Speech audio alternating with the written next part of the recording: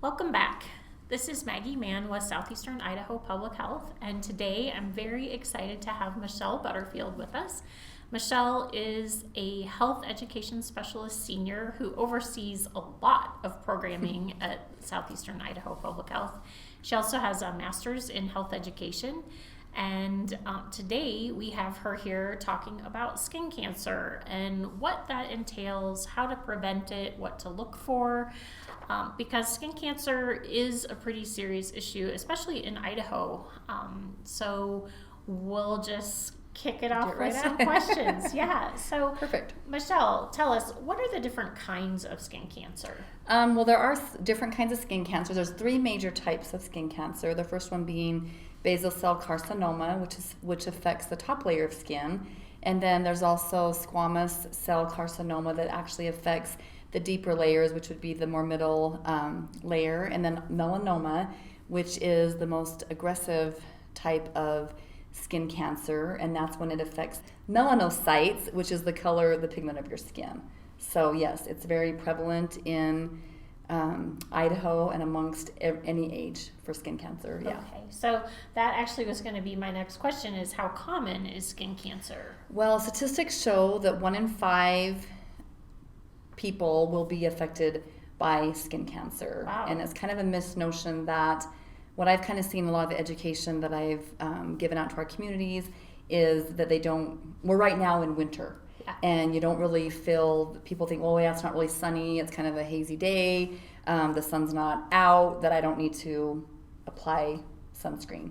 And that's not the case. Like, you need to protect your skin. I always say protect the skin you're in. Doesn't matter what season, but make sure you're protecting the skin that you're in. But it does affect 1 in 5 Americans will develop skin cancer in their lifetime. And I know several people that have had skin cancer. I've had a spot removed that if I would not have had it removed, it would have most definitely turned into a type of skin cancer.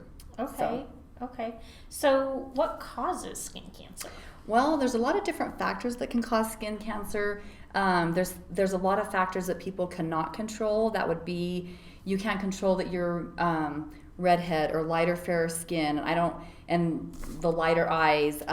If it runs in your family, you cannot. I always say you can change these genes that you're wearing, but you really can't change the genes that you're made up of your DNA. So, anyways, and then also if you've already had skin cancer before, then it's going to put you more at risk. Also, once you've had a sunburn, it's accumulative. Once you've damaged those layers of skin, the damage is done. And so that's why I'm just really trying to promote the prevention. But there are risk factors that you cannot change. Like I said, if there's people that have more freckles on their skin, that have more moles on their skin, have had numerous sunburns, is putting you at more risk for developing skin cancer.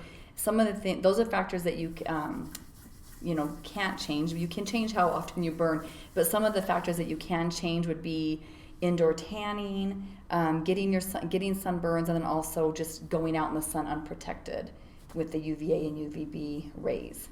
So really, it's important to start just from infancy, applying that sunscreen and protective gear like hats and that kind of thing to prevent those sunburns from ever happening. Absolutely. Okay. So what are the signs and symptoms that a person can look for? Some of the signs and symptoms that they can look for is, I really educate people just to kind of get a baseline. I don't think a lot of people take mirrors or look back and kind of see what they have on their body. I really promote getting regular annual skin checks to kind of see what has changed. So we really promote the A, B, C, D, E's of melanoma. And do you want me just to kind of get into that right now? Great. Okay. So A is going to be asymmetry. So that would be, A means without in medical terminology. So A means without, so it doesn't have symmetry. So a mole freckle isn't going to be the same on both sides, okay? And then now we go down to B, and that's going to be talking about the border of the freckle or the mole that's on the spot that's on your body. So the border could be a little bit darkened, a little bit thickened, a little bit rough edged. C is going to be color, so that's looking at any color changes that have happened in an amount of time. But how are you going to know that something has changed if you haven't looked at what's on your body? And spots that you wouldn't really see, like spots around your body. Have somebody even help check you, but really, if you have a healthcare professional, do a skin check. It's so important. And then D is going to be the diameter. Is that changing in the size? And then E is going to be something that's evolving. But once again, how are you going to know that something has changed if you haven't seen what it was a year ago or something like that? And so skin cancer can be very aggressive, melanoma particularly, and so making sure we know what is really changing on our skin. Okay. So kind of get to know the skin you're in, basically. Yeah. So a lot of people understand the seriousness of something like lung cancer or breast cancer. Is skin cancer really a big deal? It is. The basal cell carcinoma and the squamous cell carcinoma are definitely concerning, and you can get treated for those, and you want to make sure you catch those early. The melanoma is going to be the form that's the most aggressive. If it metastasizes, meaning spreads into other parts of your body, treatment could help, but could be a little bit too late. I don't want to speak on that, but I do know of some situations where it's spread and it's so it's kind of not the best outcome. So it can have really serious outcomes. Absolutely. It's not something to take lightly. Absolutely. No, it's not something to take lightly. We really need to be concerned about taking care of our skin. So what are some specific things that people can do, steps that they can take to help reduce the likelihood that they'll develop skin cancer? I mean, because I had my worst sunburns when I was... when I was a kid, running around all day outside and using that SPF 2 sunscreen. So, so that damage is already done. But what can people do today to help reduce the likelihood that they'll develop skin cancer? And like you said, that most skin cancer can be cured if they're treated in time and caught early. But I've already done some damage to my skin. I've had some summers. We grew up in statistics are what drive education and wanting people to take preventative measures. But really if you cannot see your shadow and you're outside in the sun and the sun is directly above you, that's when it's really harsh. And so if you can't see your shadow, you want to make sure you're seeking shade. So when I do a lot of the park work and do community work and wanting people to be active outdoors, that is really important as well. But if you're outside, make sure you're trying to seek the shade. You go to pools now, people have the easy ups and they have shade and things like that. We want to make sure we're seeking shade. The sun is very damaging between the hours of 10 and 2, and they even take that into about 4 o'clock. But 10 and 2, basically when that sun is directly above you is when the rays can be the harshest. So if we want to seek shade, we want to make sure we're wearing clothing. You see clothing now that does have the sun protection in it.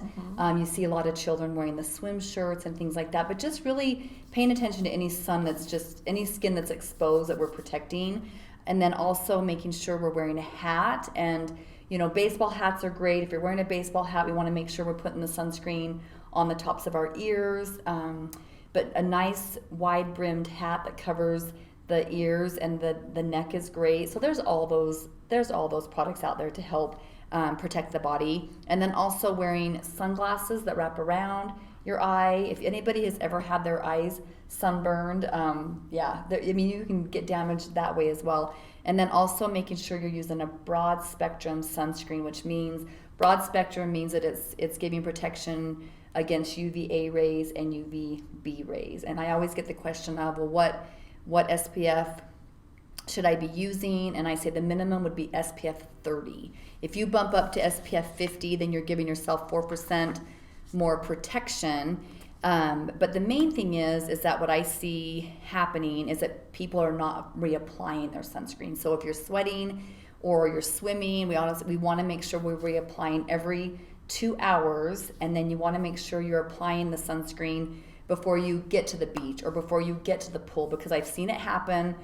Parents are doing the best they can, putting sunscreen on, and even like the spray sunscreen, it's kind of going all into the air, and we don't know if it's even going on the skin. So want to make sure we're getting that onto the skin. It needs to penetrate those skin layers, and so really 20 minutes at the minimum. Let that sink into the skin before you're going into the water.